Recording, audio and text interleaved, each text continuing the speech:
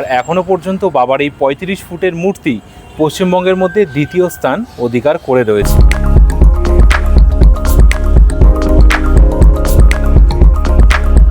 আর এই রয়েছে বাবা লোকনাথ মন্দিরের, এই রয়েছে মায়ের মন্দির। ভোগ প্রসাদের মূল্য দেখতে পাচ্ছেন ৭০ টাকা আর ১২১ টাকা। ৩৫ ফুটের মূর্তিটি রয়েছে, এই মূর্তির নিচের থেকেই আপনাদেরকে বাবা লোকনাথ মন্দিরে প্রবেশ করতে হবে।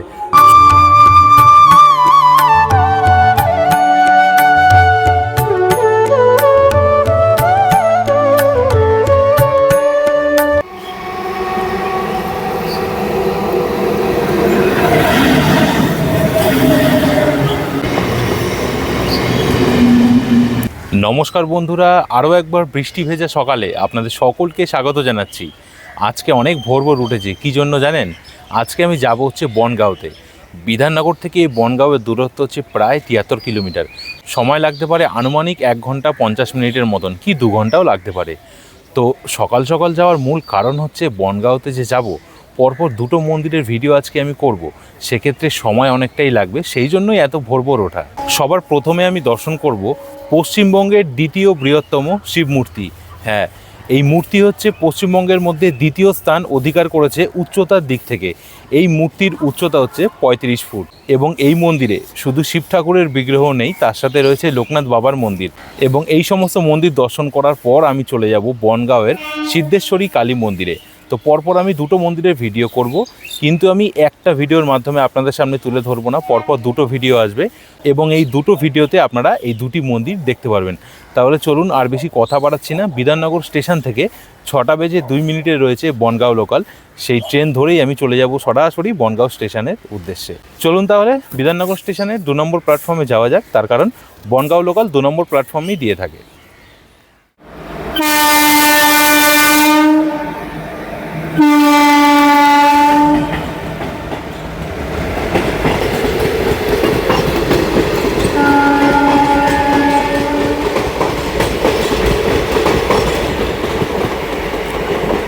শিয়ালদাহ জঙ্গিপুর রোড এক্সপ্রেস গতকাল গিয়েছে হচ্ছে বুধবার আর আজকে হচ্ছে বৃহস্পতিবার। কালকে আমি ভোরবেলা উঠেছিলাম এই ধরুন ৫:৪ নাগাদ, যেহেতু আমি ৬টা বেজে ২ মিনিটে এই বনগাঁও লোকাল ধরবো বিধাননগর থেকে। তো সকালবেলা ঘুম থেকে উঠে দেখি প্রচুর বৃষ্টি হচ্ছে, কালো হয়ে এসছে, তারপর বাজ পড়ছে, এত মুষলধারে বৃষ্টি হচ্ছে, বেরানোর আর উপায় আমি পাইনি। তো আবার আমি ঘুমিয়ে পড়েছি। তো আজকে সকালবেলাও ঠিক সেম ৫:৪টার সময় উঠলাম, দেখলাম যে আজকেও মোটামুটি ঝিরিঝিরি বৃষ্টি হয়েই চলেছে। তো আমার পরপর ২ দিন কাজ রয়েছে, শুক্রবার শনিবার, তো ছুটি আমি আর পাবো না, আজকেই আমাকে বেরাতে হবে। সেক্ষেত্রে বৃষ্টি মাথায় নিয়েই বেরিয়ে পড়েছি, যা হবে দেখা যাবে, যেটুকুনি পারবো আপনাদের সামনে অবশ্যই তুলে ধরার চেষ্টা করব। কন্টিনিউ দেখতে থাকুন ভিডিওটা। এখনই ঢুকবে বনগাঁও লোকাল।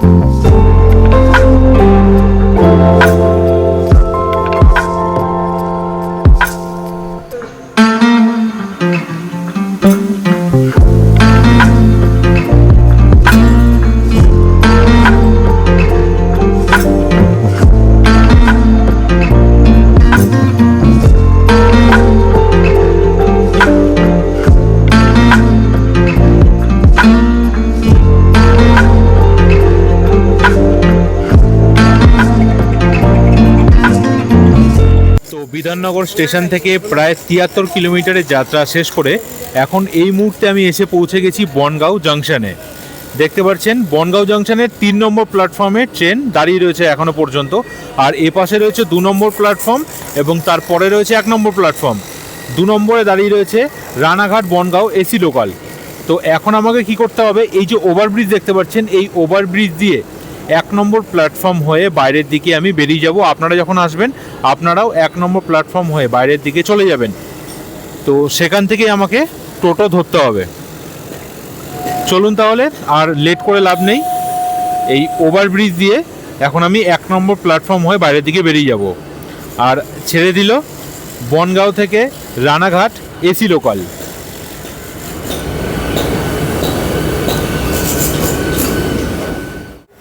তো 3 নম্বর প্ল্যাটফর্ম থেকে আমি ওভারব্রিজ দিয়ে চলে এসেছি 1 নম্বর প্ল্যাটফর্মে। আর দেখতে পাচ্ছেন এই রয়েছে 1 নম্বর প্ল্যাটফর্মে, সামনেই রয়েছে টিকিট কাউন্টার। তো এখান থেকে আমি বাইরের দিকে বেরিয়ে যাব। এই রয়েছে 1 নম্বর প্ল্যাটফর্ম। চলুন এবার বাইরের দিকে যাওয়া যাক। এই রয়েছে 1 নম্বর প্ল্যাটফর্মে টিকিট কাউন্টার। আপনারা টিকিট কাউন্টার হয়ে বাইরের দিকে বেরিয়ে আসবেন। বাইরে বেরিয়ে এসে দেখতে পারবেন প্রচুর টোটো দাঁড়িয়ে রয়েছে। তো আপনারা এখান থেকেই টোটো ধরতে পারেন এবং টোটোর ড্রাইভারকে বলবেন যে আপনারা লোকনাথ মন্দির যেতে চান। তো সেক্ষেত্রে 10 থেকে 15 টাকার মতন ভাড়া পড়বে। আপনারা টোটো করে সরাসরি লোকনাথ মন্দিরে চলে যেতে পারেন। তবে আমি টোটো করে যাব না, মাত্র 750 মিটার রাস্তা, আমি পায়ে হেঁটেই চলে যাব। আপনারা বনগাঁও স্টেশনের বাইরের দিকে চলে আসবেন। আর যেখানে আমি দেখালাম যে টোটো স্ট্যান্ড রয়েছে, সেখান থেকে আপনারা টোটো পেয়ে যাবেন। পার পার্সন ভাড়া পড়বে হচ্ছে 10 টাকা। আর টোটো ড্রাইভারকে অবশ্যই মনে করে বলবেন যে আপনারা লোকনাথ মন্দিরে যেতে চান। তো মন্দিরের সামনেই কিন্তু আপনাকে নামিয়ে দেবে। আর দেখুন, আমি কিন্তু টোটো করে যাচ্ছি না, আমি পায়ে হেঁটেই যাচ্ছি। তার কারণ স্টেশন থেকে মাত্র 800 মিটার রাস্তা। তো যারা মনে করছেন যে হেঁটে করে যাবেন, অনায়াসে গুগল ম্যাপ দেখে হেঁটে চলে যেতে পারেন। আর গুগল ম্যাপ লিঙ্ক আমি ডিসক্রিপশন বক্সে আপনাদের দিয়ে দেবো। তো যারা মনে করছেন যে হেঁটে যাবেন, 800 মিটার রাস্তা হেঁটে যেতে পারেন। আর যারা মনে করছেন যে না টোটো করে যাবেন, তো সেক্ষেত্রে পার পার্সন 10 টাকা করে ভাড়া পড়বে। তো টোটো ড্রাইভারকে বলবেন যে আপনারা লোকনাথ মন্দিরে যাবেন, একদম মন্দিরের সামনেই আপনাকে নামিয়ে দেবে। চলুন তাহলে মন্দিরের উদ্দেশ্যে রওনা দিয়ে একেবারে মন্দিরের সামনে গিয়ে আপনাদের সামনে মন্দিরটি তুলে ধরবো। তো বনগাঁও স্টেশন থেকে মাত্র 800 মিটার পায়ে হেঁটে আমি চলে এসেছি লোকনাথ মন্দিরের সামনে। আর সামনে দেখতে পাচ্ছেন এই রয়েছে মহাদেবের মূর্তি, যেই মূর্তির উচ্চতা 35 ফুট এবং এটি হচ্ছে পশ্চিমবঙ্গের দ্বিতীয় উচ্চতম শিব মূর্তি। আর মন্দিরে ঢোকার সময় গেটে লেখা রয়েছে মন্দির খুলছে সকাল 8টা বেজে 30 মিনিটে, সকাল 11টা পর্যন্ত মন্দির খোলা। আবার কিছুক্ষণের জন্য বন্ধ হবে, আবার বিকেল 4টার সময় খুলবে। আর কখন রাত্রিবেলা খোলা থাকছে সেই টাইমটা লেখা নেই এদিকে। আর ভোগ প্রসাদের মূল্য দেখতে পাচ্ছেন 70 টাকা আর 121 টাকা। আপনারা এই নাম্বারে যোগাযোগ করবেন, নাম্বারও দিয়ে দিয়েছে। ওম নমঃ শিবায়।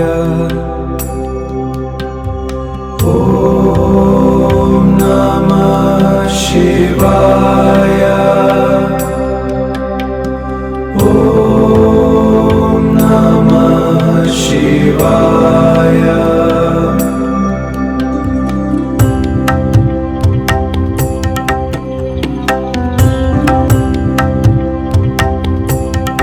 তো এই গেট দিয়ে আপনারা প্রবেশ করবেন। তো প্রবেশ করার পর ডান দিক আর বাদিকে আপনারা দেখতে পারবেন দুদিকে দুটো ফোয়ারা রয়েছে, ছোট ছোট এরকম। এপাশে রয়েছে একটা এবং এপাশে যদি দেখাই এখানেও একটা ছোট্ট ফোয়ারা রয়েছে। আর ফোয়ারাটার চারপাশে কত সুন্দর সুন্দর ফুল গাছ আমার চোখে পড়ছে।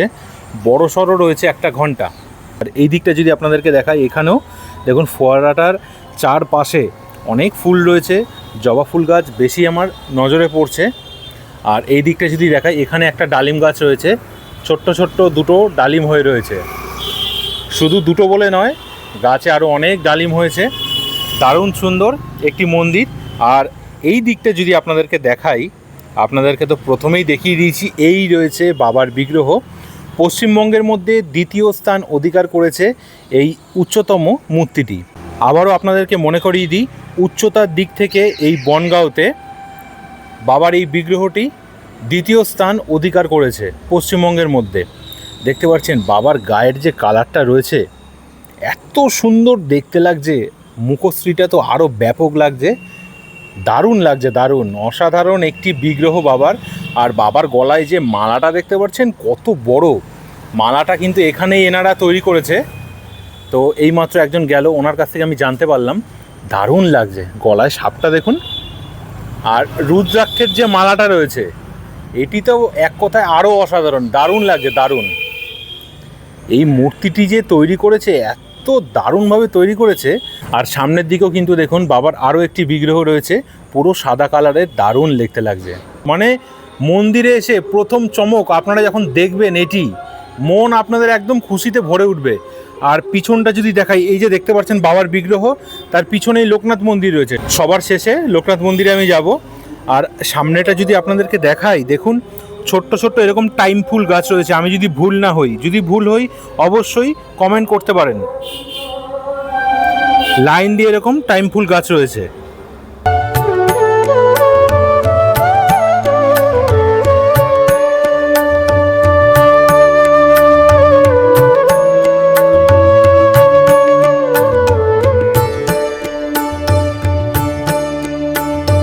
তো আপনারা এই গেট দিয়ে প্রবেশ করবেন, প্রবেশ করে দুটো রাস্তা রয়েছে, আপনারা ওই দিক দিয়ে ঢুকবেন এবং এই পাশ দিয়ে আপনারা বেরিয়ে যাবেন।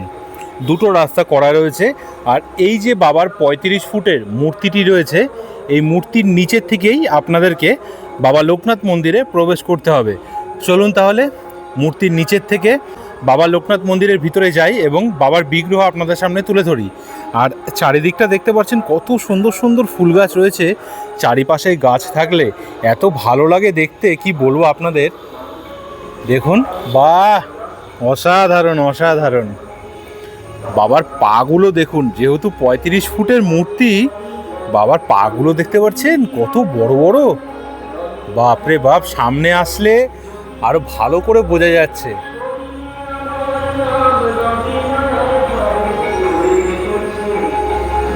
আর এই যে বাবা দাঁড়ানো রয়েছে, বাবার যে মূর্তি রয়েছে, দুটো পায়ের নিচে দেখতে পারবেন এরকম নানান ধরনের লীলা এখানে ফুটিয়ে তোলা হয়েছে। এ পাশের পা অর্থাৎ বা পাশের পা এবং ডান পাশের পায়ের নিচের দিকটা বেশ সুন্দর দেখতে লাগছে।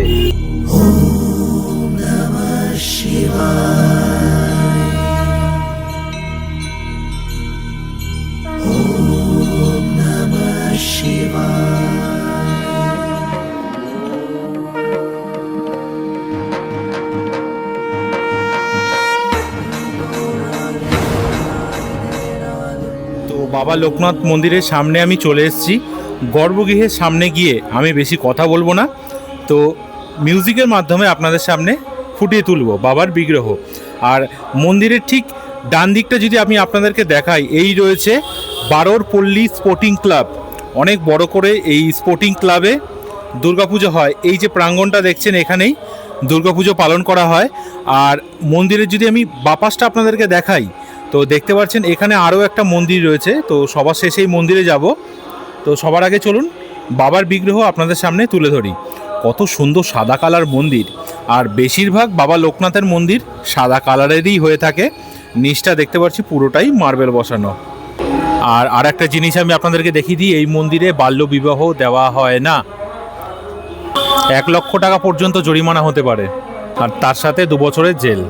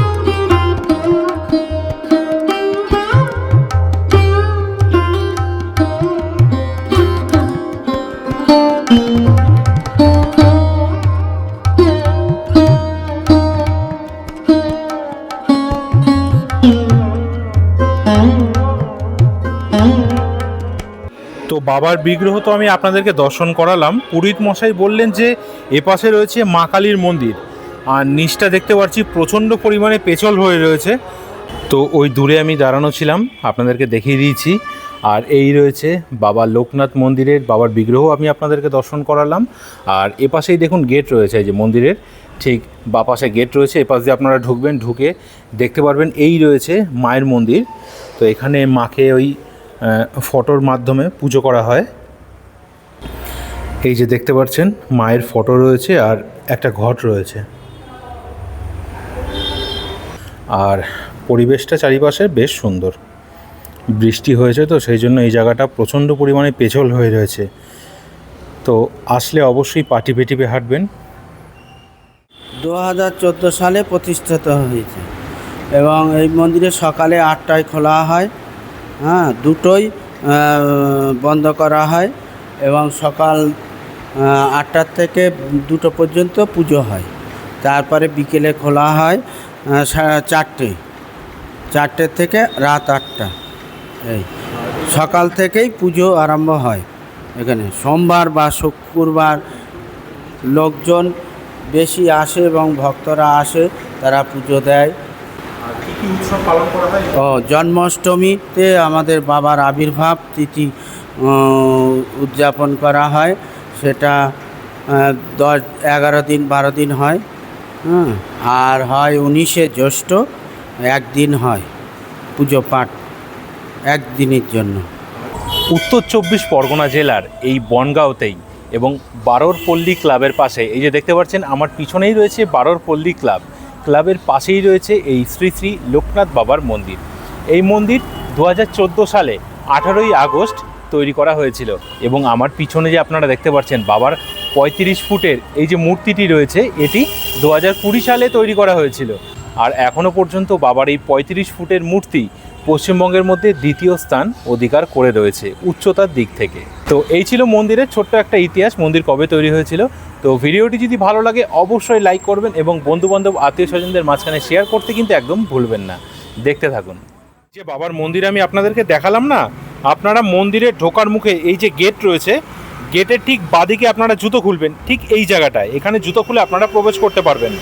আর যেটা না বললেই নয়, মন্দিরে ঢোকার ঠিক ডান দিকে ঠিক এই অংশটায় যদি জুতো রাখার একটা স্ট্যান্ড করতো, এখানেই সবাই থরে থরে জুতো রাখতো, তো ভালো লাগতো সম্ভবত এটা। তো এই জায়গাটা ফাঁকা পড়ে রয়েছে, এখানে করলে ভালো হতো, আমার মন যেটা বললো আর কি। কারণ যেখানে সেখানে সবাই জুতো খুলে চলে যাচ্ছে মন্দিরের গেটের সামনে, এখানেও খুলে দেখলাম একজন জুতো খুলে ভিতরে ঢুকলো। এই জায়গাটা একটা জুতো রাখার স্ট্যান্ড করলে আমার মনে হয় ভালো হতো। আর চলুন একবার বারোর পল্লী ক্লাবটা আপনাদেরকে দেখিয়ে দিই। ওই রয়েছে বাবার বিগ্রহ, মহাদেবের বিগ্রহ, আর পাশে বাবা লোকনাথের মন্দির, আর এই রয়েছে বারোর পল্লী ক্লাব। এখানেই অনেক বড় করে কিন্তু দুর্গাপুজো পালন করা হয়, কিছুদিন পর থেকে প্যান্ডেল শুরু হয়ে যাবে, অনেকটাই বড় জায়গা। আপনারা আসবেন, খুব বিখ্যাত একটি পুজো, নিশ্চয়ই আপনাদের ভালো লাগবে। তো বন্ধুরা, এই ছিল আজকের ভিডিও। কীরকম লাগলো এই বাবা লোকনাথের মন্দির এবং মহাদেবের বিগ্রহ অবশ্যই কমেন্ট করে কিন্তু জানাতে একদম ভুলবেন না। যদি নতুন বন্ধু হয়ে থাকেন অবশ্যই চ্যানেলটিকে সাবস্ক্রাইব করে আমাকে সাপোর্ট করবেন। তাহলে দেখা হচ্ছে অন্য কোনো দিন অন্য কোনো ভ্রমণের গল্পে। সকলে ভালো থাকবেন, সুস্থ থাকবেন এবং অবশ্যই আমাদের সঙ্গে থাকবেন। তো আজকের ভিডিও এখানেই শেষ করছি। ভিডিও তো এখানেই শেষ হয়ে যাচ্ছে, কিন্তু আমার ভিডিও করা এখনও শেষ হয়নি। তো এখান থেকে এবার আমি যাব হচ্ছে সিদ্ধেশ্বরী কালী মন্দিরে। সিদ্ধেশ্বরী কালী মন্দিরের ভিডিও আপনারা অন্য পর্বে দেখতে পারবেন। তো আজকের মতন টাটা।